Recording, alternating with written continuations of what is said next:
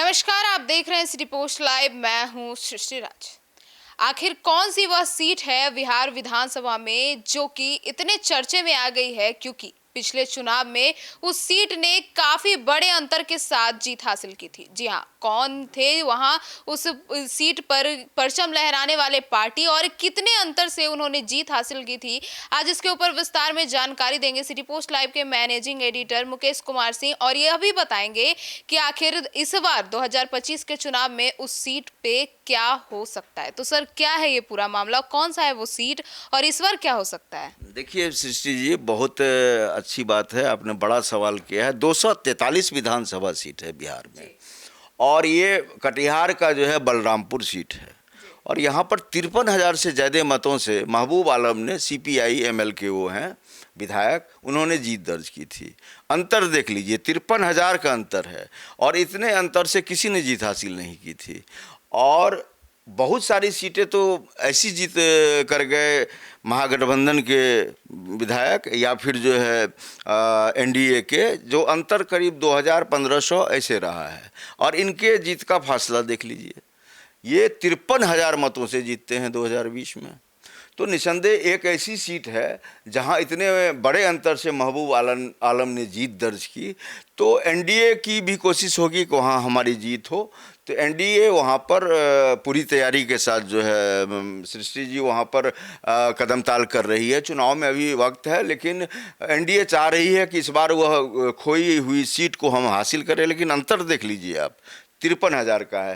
Sir, तो जब पिछली बार उस सीट पर CPI ML ने 53,000 का अंतर लेकर जीत हासिल की, तो क्या इस बार उन्हें चुनाव में हराना आसान होगा? बिल्कुल हराना आसान नहीं होगा। हम आपको जो है पिछले आंकड़े से जो है बताना चाहेंगे अपने दर्शकों को कि ये तो पहले 2020 में इनको मत आए थे 1,04,489, तब इन्होंने 53,000 से जीत जो है हासिल की। हम इस सीट के बारे में लोगों को यह बताना चाहते हैं कि यह बलरामपुर विधानसभा सीट जो है यह मुस्लिम बहुल सीट है। 60% आबादी यहाँ की मुस्लिम है, और इसके बाद और सब हैं, सब बटे हुए हैं। सवर्ण भी है वहाँ पर, पिछड़ा और अति पिछड़ा भी है। और आप देखिए MOI समीकरण वहाँ नहीं है।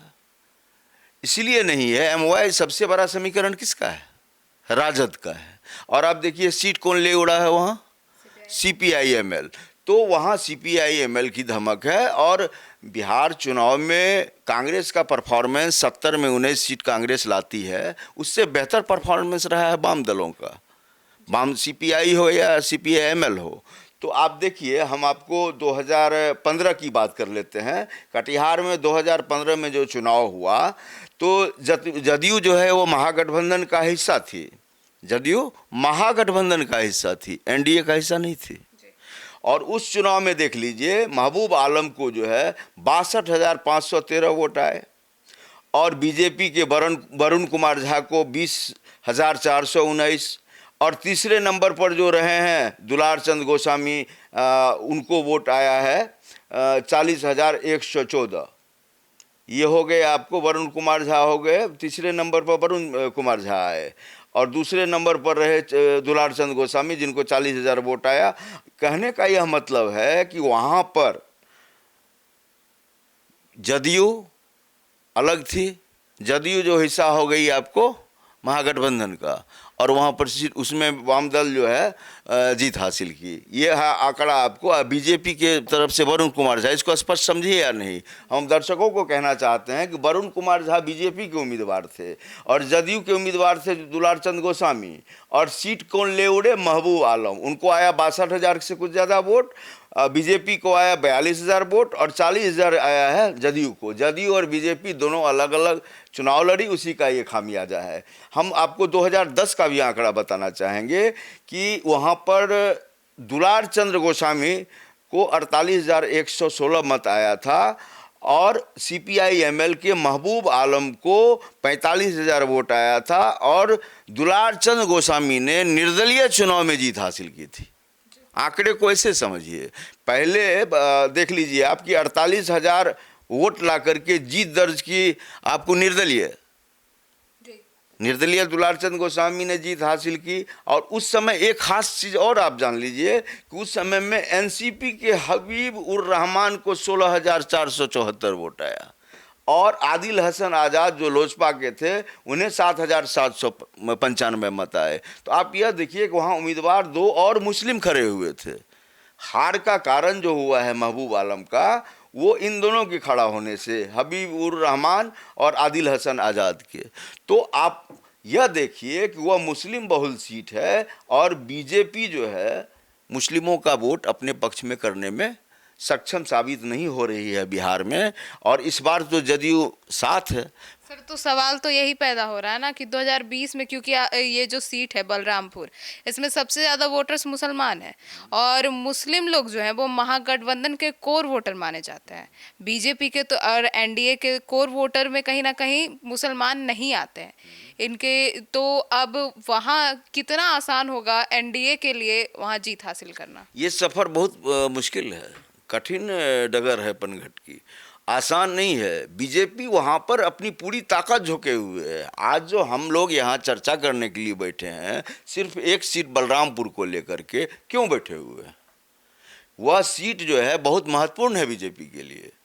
बीजेपी नहीं कहिए, एनडीए कहिए, एनडीए के लिए कि मुस्लिम क्षेत्र में अगर एक भी सीट अगर ये ले लेते हैं तो ये बात दूर तलक जाएगी कि मुसलमानों ने भी बीजेपी को वोट दिया है या एनडीए को वोट दिया है। तो वहाँ का आलम कुछ और है।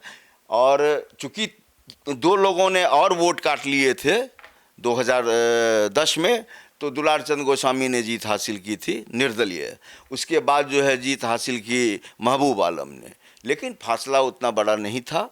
और 2020 में तो उन्होंने रिकॉर्ड तोड़ मत से विजय हासिल कर लिया। तो बीजेपी और जदयू के लिए साथ में लोजपा है, उपेंद्र कुशवाहा है, जीतन राम मांझी हैं, ये तमाम लोग, चूँकि वहाँ 60% के बाद जो 40% है उसमें पिछड़े, अति पिछड़े के साथ साथ SC ST के भी वोट हैं, सवर्ण भी है वहाँ। वहाँ जब तक मुस्लिम वोट को आप नहीं काटेंगे या कई दलों के उम्मीदवार अगर खड़े हो जाते हैं वहाँ पर, जो कि ना तो महागठबंधन के साथ हैं और ना ही एनडीए का हिस्सा हैं, तो फर्क पड़ सकता है। लेकिन महागठबंधन के साथ तो जितने भी बड़े दल हैं सब हैं, कोई ऐसी रीजनल पार्टी भी नहीं है जो दमदार हो।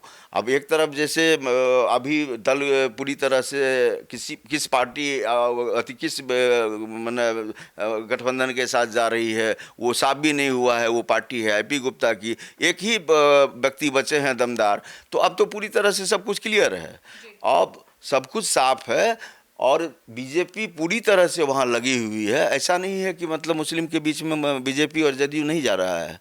जदयू का वोटर रहा है मुसलमान भी, पर पकड़ जो है वो मुसलमान पे ज़्यादा महागठबंधन की दिखती है। बिल्कुल बिल्कुल, बिहार में महागठबंधन का सबसे कोर वोटर अगर कहें तो मुसलमान है। और चूंकि यादव समाज से आते हैं तेजस्वी यादव, तो वो मत तो उनके हिस्से जाएगा ही। तो MY समीकरण वहाँ बहुत महत्वपूर्ण है और 60% की आबादी वहाँ मुस्लिमों की है। तो राजनीति है, कुछ भी हो सकता है, लेकिन महागठबंधन की पकड़ वहाँ मजबूत है। एनडीए वहाँ पर कुछ बेहतर करता नहीं दिख रहा है। लेकिन अगर कोई बड़ा परिणाम आता है तो समझिए वहाँ एनडीए ने बड़ी सेंधमारी की है और तब जाके वहाँ विजय पताका फहरा सकती है एनडीए, नहीं तो यह सीट महागठबंधन की पहले से तय है।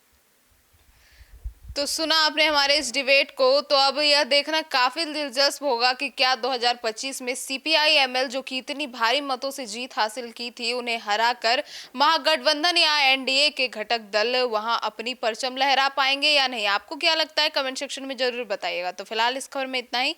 आगे की खबरों के लिए जुड़े रहिए हमारे साथ और देखते रहिए सिटी पोस्ट लाइव। अब तक के लिए धन्यवाद।